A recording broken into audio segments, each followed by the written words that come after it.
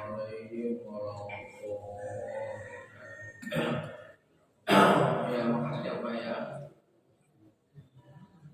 Bapak yang berbahagia, mudah-mudahan pengajian kita ini dan mudah-mudahan Ustaz Yusuf yang malah suku kali ini tidak bisa hadir.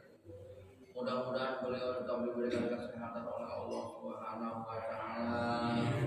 Dan mudah-mudahan hari-hari biasa beliau bisa mengajar kembali kita ya Pak ya. Baik Bapak sekalian, untuk melanjutkan pengajian Ustaz Yusuf, mari kita adakan pengajian. Bapak sekalian, salah satu kelebihan manusia yang tidak diberikan kepada makhluk-makhluk yang lain adalah manusia itu dapat berpikir. Manusia itu bisa berpikir. Ya. Berpikir ini apakah sama pengertiannya dengan berpikir kita? Apakah berpikir menurut agama sama dengan berpikir menurut kita? Jamaah yang berbahagia, agama itu menyempurnakan.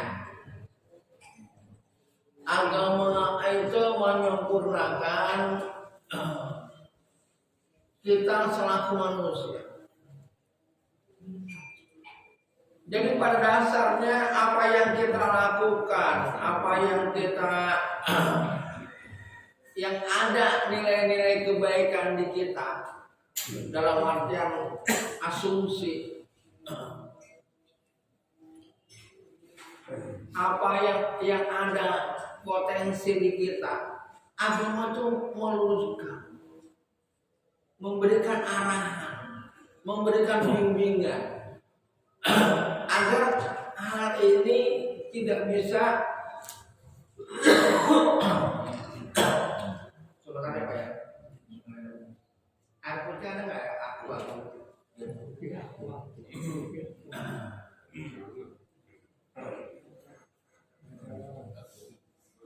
panas.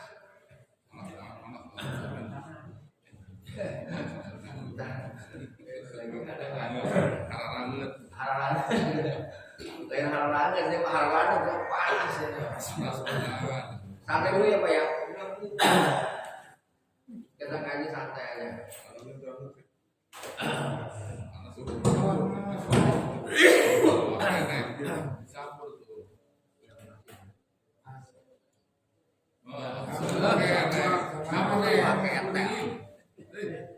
Cari yang adem, kepanasan.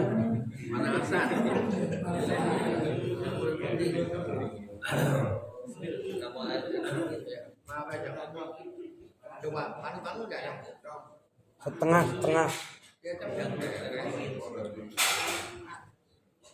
Ya, maaf ada gangguan teknis. Ya,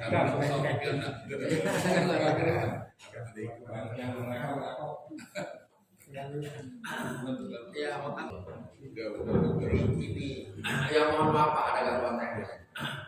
Jadi agama itu bersifat membimbing agar analisa, agar manusia ini bisa lebih baik.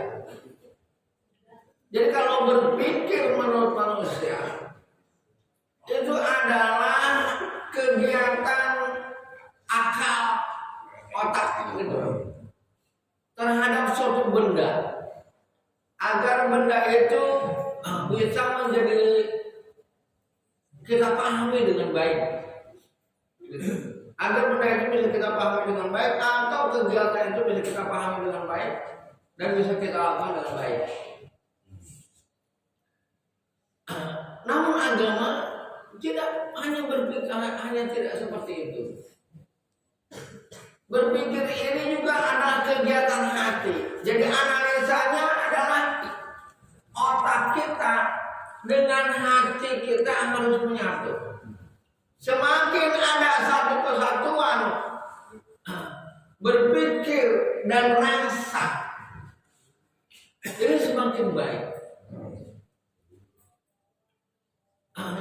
Jadi tidak hanya berbicara material, tidak hanya berbicara apa yang ada, tidak berbicara hanya kepada bahasa maaf ya, bahasa istilah kata empiristik gitu ya, atau akal ya, tapi juga berbicara kepada non akal. Kalau agama berbicara kepada sesuatu yang mungkin secara nalar tidak bisa dianalisa dengan baik.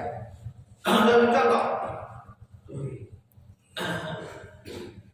bagaimanapun kita berpikir kalau menurut ilmu pengetahuan, apa yang kita lakukan umpama dalam artian sodako itu berpikir kita adalah kita memberikan sesuatu yang mungkin akan berkurang di kita. Tapi hasil pemikiran agama tidak.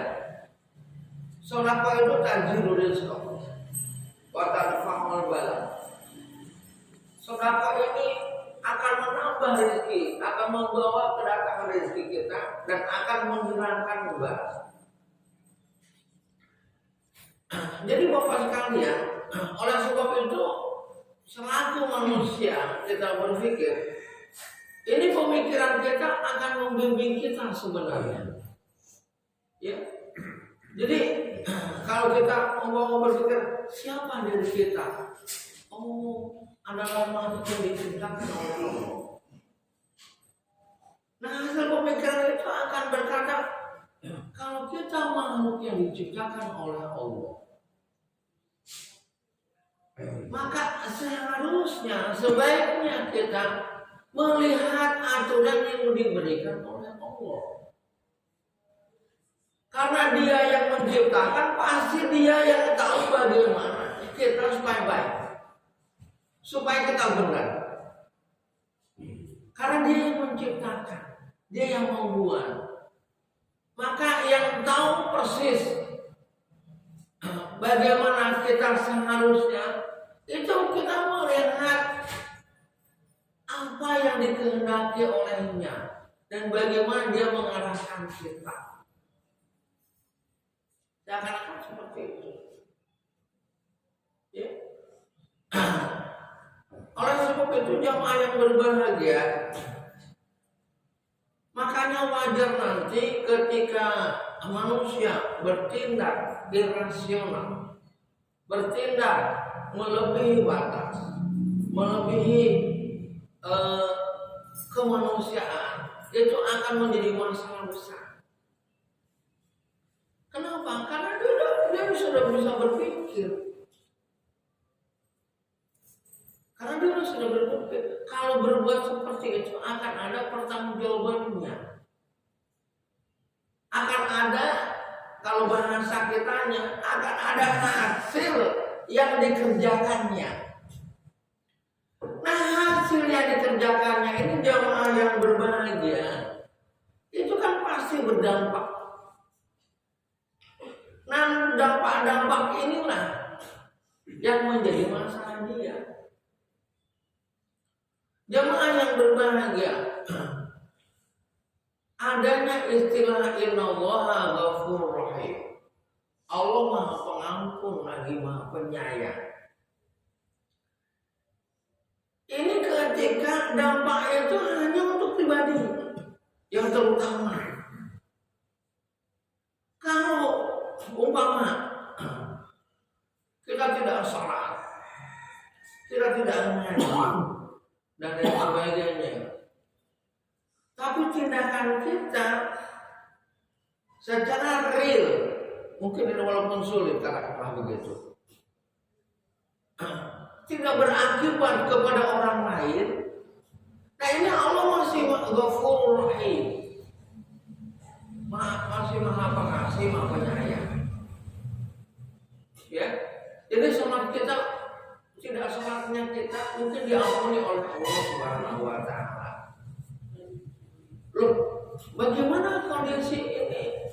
Kondisi yang lain dalam artian saya bilang ini pasti sulit adalah karena ketika kita tidak sholat, bagaimana kita menasihati diri kita. Artinya itu, apakah mungkin kita tidak sholat kemudian kita akan bisa berbuat yang sebenarnya lebih baik? Sebenarnya kita akan lebih bangsa agamanya dan lebih tulus. Mungkin akan sulit. Karena setiap manusia itu jamaah yang berbahagia, kalkulasi bahasa hadisnya adalah laisa wasil bil mufati walakin al wasil man qata'a Muhammad. Manusia itu biasa mukaf. Mukaf itu adalah kalau nggak balas jasa, ya balas budi gitu. Ya, kalau nggak balas jasa ya balas budi, nggak ada balas ridwan, ya, adanya balas budi. Ya. Itu manusia. Saya kenapa bisa berbuat baik kepada dia? Ya karena dia baik kepada saya. Gitu. Ya itu manusia kadang-kadang hanya seperti itu. Sedangkan yang dituntut oleh agama bukan itu. Kenapa kamu berbuat baik? Memang diperintahkan oleh Allah. Memang itu yang harus dilakukan. Gitu. Nah, kenapa saya melakukan seperti itu? Kan dia seperti itu. Bukan amal itu kan tidak tergantung kepada orang lain. Dia jahat kepada kita, dia nyinyir kepada kita, dia ihsan kepada kita. Itu bukan urusan kita, bukan masalah kita. Itu masalah dia.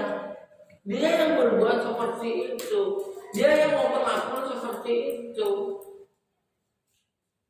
Oleh sebab itulah kenapa Rasulullah SAW bertindak kepada Umar, bertindak kepada Abu Sufyan, bertindak kepada Hamzah dan lain sebagainya. Itu tidak mengkalkulasi perbuatan mereka sebelumnya. Kalau mengkalkulasi perbuatan mereka sebelumnya, mungkin akan balas dendam. Tak bisa diampuni ini. Kesalahannya luar biasa. Jadi ketika mereka masuk Islam, masalah-masalah mereka sudah hilang, gitu. Jadi tidak ada masalah lagi. Jadi udah bagikan kertas kosong. Sama dengan perbuatan kita. Kenapa Rasulullah dicaci, dimaki, dihina, dilempar dan sebagainya sampai Malaikatul Azab itu bilang, ya Habib Allah, ya kasih Allah.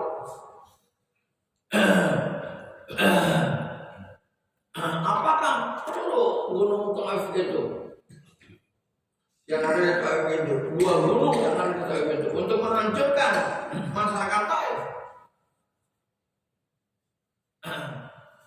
Kata Rasulullah tidak. Wahu la ya'lamu. Jangan, karena mereka belum mengetahui apa itu Islam. Jadi mereka benci sama saya wajar. Orang menghina, orang meludahi, orang melempari dan lain sebagainya, mencaci. Kok Rasulullah menganggap wajar? Karena mereka masih berpikir dalam tataran materi. Sama musuh ya kayak begitu, gitu. Seakan-akan begitu. Dan itu dimaafkan. Ya jadi jamaah yang berbahagia, umat Islam tidak pernah terjebak terhadap perbuatan orang lain, akan berusaha untuk tidak terjebak. Itu masalah dia. Umat Islam akan menumbuhkan permasalahan. Masalah saya adalah saya yang beramal. Masalah saya adalah saya yang berbuat baik. Masalah saya adalah saya harus memberikan nilai manfaat. Itu masalah dia. Adapun masalah orang lain ya nanti dia urusannya dengan Allah. Jadi di sinilah keluar biasa Islam. Dan di sini pula kenapa umat Islam ini umat yang terbaik? Kenapa kita ini nanti menjadi umat yang bisa menjadi syahid, menjadi saksi? Salah satu ciri umat Rasulullah adalah mereka memang ingin membuat hal-hal yang terbaik. Jadi umat Rasulullah nanti yang bisa membantu orang lain dikarenakan memang perbuatan baiknya. Ya, memang perbuatan baiknya. Nah ini jamaah yang berbagai yang harus kita analisa bahwa manusia itu diberikan akal oleh Allah. Ini kelebihan daripada makhluk yang lainnya. Ya. Nah ini memang kenapa orang yang berpikir terlebih dahulu itu lebih bisa disebut antisipatif, ya, atau bahasa Rasulullah SAW as-sabru inda musibah. Sabar itu ketika awal mendapatkan musibah. Jadi ketika mendapatkan kita berbenturan dengan satu masalah, kita mendapatkan sebuah kejadian, ya, kita menerima sebuah kejadian, itu jangan didulukan emosi. Jangan dihadapkan dengan siapa gua, siapa kita. Jangan berpikir ini masalah gua. Tidak. Dia akan berpikir ini yang dilakukan oleh orang lain. Maka seharusnya tindakan saya untuk lebih memberi manfaat bagaimana. Jadi manusia itu berpikir dulu. Makanya istilah kata menyesal dalam Islam itu selalu menjadi nomor sekian gitu. Sedangkan umpamanya kata Rasulullah SAW, kita tuh dalam hidup la taghdab, jangan mudah marah, jangan mudah emosi, jangan mudah marah. Kita dilarang oleh Rasulullah jangan mudah marah. Karena marah itu kadang-kadang tidak menyelesaikan persoalan. Marah itu kadang-kadang hilang akal. Gitu. Marah itu malah kita tidak bisa berbuat yang terbaik. Nah, jadi akhirnya ketika kita ada masalah gitu, itu serahkan dulu sama Allah. Analisanya bagaimana? Kita berpikir dulu. Sebaiknya bagaimana ya? Oleh sebab itulah ada bahasa agama. Asa antuk riwul syai'an fahuwa syarrun lakum. Fahuwa khairun lakum. Wa asa antuk habbu syai'an fahuwa syarrun lakum. Mungkin banyak hal yang tidak kita inginkan.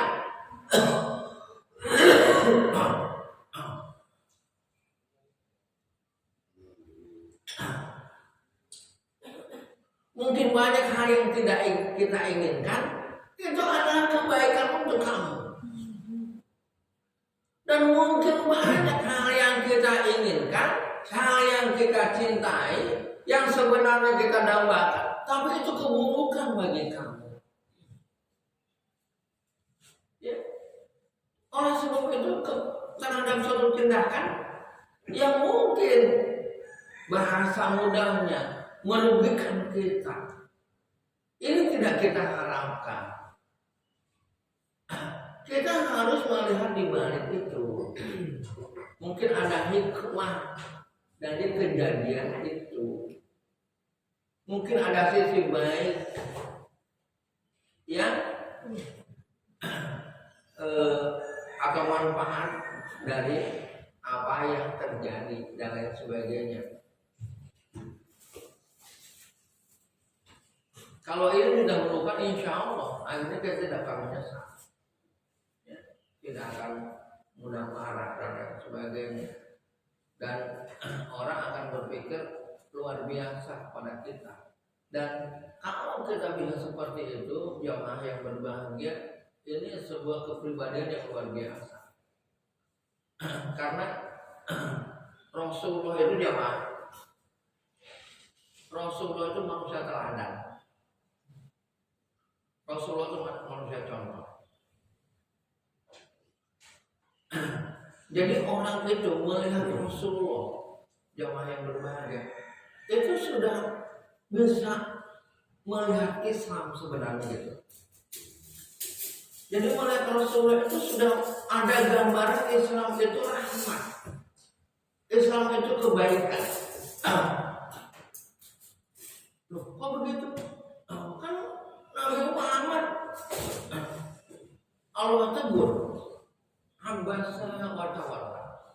Bahkan Nabi Muhammad itu berapa kali perang dan lain sebagainya. Ya jamaah yang berbahagia. Jadi walaupun secara manusiawi kita ada aturan-aturan yang harus bertindak tegas, harus kita berbuat yang itu memang balasan dia, mencegah perbuatan dia supaya tidak lebih memadaratkan. Kan begini jamaah yang berbahagia. Dalam ajaran yang lain, kalau kamu ditampar pipi kanan, berikan pipi kiri, kalau gitu ya. Ada bisa kayak gitu ya. Kalau kamu dihajar pipi kanan atau ditampar pipi kanan, maka berikan pipi kiri atau sebaliknya. Kalau dikasih dipukul pipi kanan, berikan pipi kiri. Kalau dalam misalnya enggak. Kalau dipukul pipi kanan, pikir dulu. Jangan dulu diberikan pipi kiri. Kenapa kamu pukul? Seakan begitu. Tempatkan dulu persoalan. Saya ada salah apa? Kalau saya salah dan memang harus dihukum, bukan hanya pipi yang diberikan, mungkin seluruh tubuhnya dia serahkan gitu banget. Seakan-akan seperti itu. Ya. Jadi Islam tidak berbuat baiknya, tidak apa ya? Tidak menghilangkan nilai-nilai edukasi. Kalau bahasa orang tua, Islam itu tidak memanjakan, tapi mendidik. Islam itu tidak memanjakan, tapi mendidik. Islam itu mengarahkan. Islam itu memberikan bimbingan. Ya. Jadi kalau kita bisa berpikir jamaah ini akan mampu menghindari. Makanya oleh sebab itu jamaah yang berbahagia. Ketika manusia berpikir itu jamaah yang berbahagia, itu akan terhindar dari neraka saya. Ya. Bahasa Al-Qur'annya di dalam Quran. Saya lupa ya jamaah, maaf ya. Bahasa Al-Qur'annya kalau tadi apa barusan? Dalam surat Al-Mulk ya, ayat 10. Lau kunna nasma'u aw naqilu ma kunna fi ashabis sayad. Jika saja saya membaca dan mampu berpikir, ya, tentu kami tidak akan masuk neraka saya. Jadi ternyata situasinya harus dibaca dulu. Jika kami mampu membaca dan kemudian kami berpikir, ada yang dibilang di sini nasma'u itu adalah apa yang ada dalam Al-Quran, gitu ya. Jika kamu mampu membaca atau kamu mampu mendengar. Tapi kita analisa berpikir dulu aja. Jadi berpikir itu harus menganalisa dulu.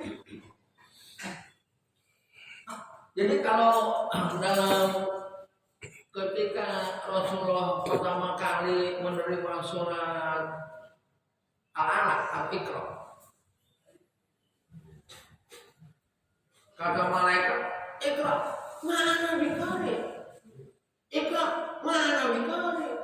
Iqra, mana bikari?" Kata malaikat itu, "Bacalah." Ya malaikat saya nggak bisa membaca. Baca saya nggak bisa membaca. Baca, saya nggak bisa membaca. Iqra bismi rabbikal ladzi khalaqal ayat. Jadi pada dasarnya manusia itu tidak bisa membaca sebagaimana yang dibimbing oleh Rasulullah. Dia baru bisa membaca kalau sudah dihadapkan oleh agama. Gitu. Karena bacaan akan jadi sama ketika kita langsung membacanya. Jadi dengan demikian ketika kita mau berpikir kalau ada sesuatu atau ada yang kegiatan yang harus dipikirkan, kita harus baca ini sebenarnya bagaimana, siapa dia, kejadiannya sesungguhnya berlatar belakang apa, bahasa mudahnya kalau kita datang ke dokter sakit, walaupun dokter tahu bahwa kita datang itu umpama saja sudah ada tulisan sakit kepala, tidak diberikan dulu Panadol, tidak diberikan dulu akan bodrek. Dia nanya dulu, lambungnya gimana? Mungkin juga akan nanya kantongnya gimana. Dan mungkin sakit kembali karena mungkin misalnya dihasilkan dari kantong. Umurnya. Seakan-akan begitu ya, nanya dulu sampai seakan-akan dia tahu dulu persoalan, baru dia bisa memberikan analisa atau mendiagnosa dengan baik, baru dia membuat resep. Oh dia itu akhirnya ketika coba, oh saya itu penyakitnya karena dari mah, pusing saya itu dari mah, oh pusing saya itu karena dan sebagainya ya. Ya, jadi dia ingin melihat duduk persoalan. Jadi jamaah yang berbahagia, makanya kenapa Allah membedakan antara orang yang berpengetahuan dengan yang tidak. Hal yastawil ladzina ya'lamuna wal ladzina la ya'lamun. Apakah kamu akan samakan orang yang punya pendidikan atau pengetahuan dengan orang yang tidak punya pengetahuan? Itu berbeda. Apakah sama orang yang tahu dengan orang yang tidak tahu? Oleh sebab itu jamaah yang berbahagia, mengaji ini menjadi sebuah kepentingan kita ya. Jadi jangan sampai kita tidak mengaji karena ini yang bimbingan itu di sini, bimbingan itu ada di sini. Ya. Jamaah yang berbahagia, ketahuilah siapapun nanti di akhirat pasti menyesal. Kita udah berbuat banyak pun akan menyesal. Apalagi orang-orang yang berbuat baiknya dikarenakan ketidaktahuannya. Kata Rasulullah, saya akhir zaman kalau mati.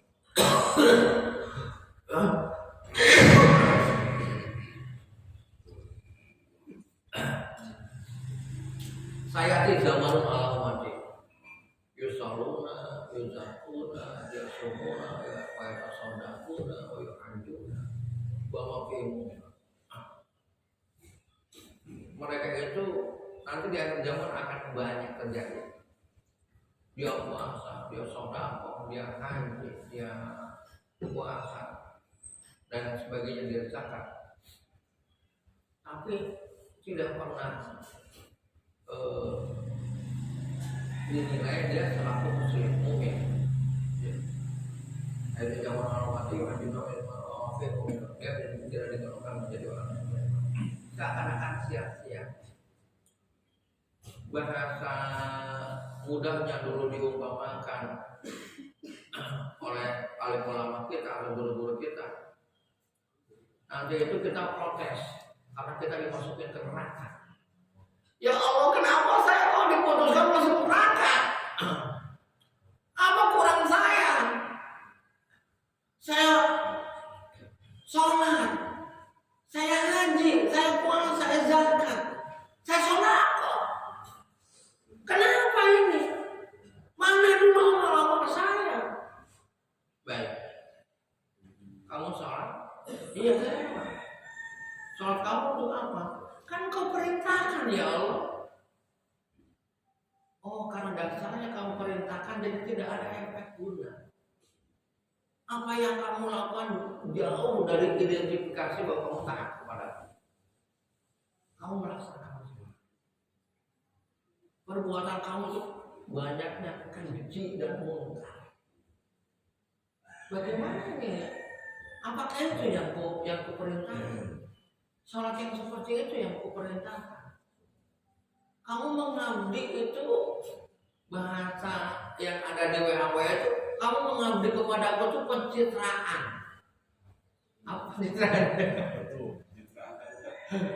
Kamu mengabdi kepada aku tampang doang, gaya doang, makan tuh gaya lu,